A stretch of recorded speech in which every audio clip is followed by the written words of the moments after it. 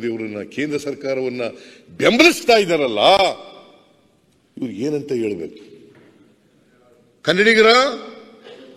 ಕನ್ನಡಿಗರ ದ್ರೋಹಿಗಳು ಅಂತ ಕರಿಬೇಕಾಗುತ್ತೆ. ಕನ್ನಡಿಗರ ದ್ರೋಹಿಗಳು ಅಂತ ಕರಿಬೇಕಾಗುತ್ತೆ. ಮಾನ್ಯ ಅಧ್ಯಕ್ಷರೇ, ಅವ್ರು ಇದ್ದಿದ್ರೆ ಚೆನ್ನಾಗಿರ್ತಿತ್ತು, ನಮ್ಗಿನ್ನ ಸ್ಫೂರ್ತಿ ಬರ್ತಿತ್ತು. ಕೇಳಬೇಕಾಗಿತ್ತು.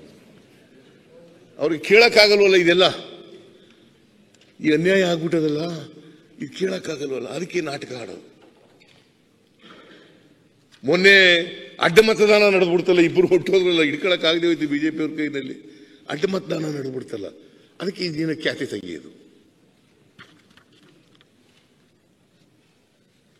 ಬಿಜೆಪಿ ಅವರು ಇದಾರಲ್ಲ, ಮಾನ್ಯ ಸಭಾಪತಿಯವರೇ, ಸುಳ್ಳೇ ಅವ್ರ ಮನೆ ದೇವರು, ಸುಳ್ಳೇ ಅವ್ರ ಮನೆ ದೇವರು. ಸುಳ್ಳು ಬಿಟ್ಟು ಬೇರೆ ಏನು ಹೇಳೋದೇ ಇಲ್ಲ ಅವರು. ಸರ್, ಯುಕೆಪಿ ರಾಷ್ಟ್ರೀಯ ಯೋಜನೆ ಮಾಡ್ತೇವೆ ಅಂತ ಹೇಳಿದ್ರು, ಅದೂ ಮಾಡಲಿಲ್ಲ. ಸುಳ್ಳೇ, ಬರೀ ಸುಳ್ಳೇ. ನರೇಂದ್ರ ಮೋದಿ ಆದಿಯಾಗಿ ಇಲ್ಲಿವರೆಗೂ ಬರೀ ಸುಳ್ಳಿನ ಫ್ಯಾಕ್ಟ್ರಿ. ಅದು ಸುಳ್ಳಿನ ಫ್ಯಾಕ್ಟ್ರಿ ಮಾಡಕ್ ಕೊಡೋರು ಅನೇಕ ಜಿಲ್ಲೆಗಳು ಮಾಡ್ಬಿಟ್ಟವ್ರು. ಈಗ ಮ್ಯಾನುಫ್ಯಾಕ್ಚರ್ ಮಾಡ್ತಾ ಇದ್ದಾರೆ ಸುಳ್ಳೆ ಮ್ಯಾನುಫ್ಯಾಕ್ಚರ್ ಮಾಡೋದು.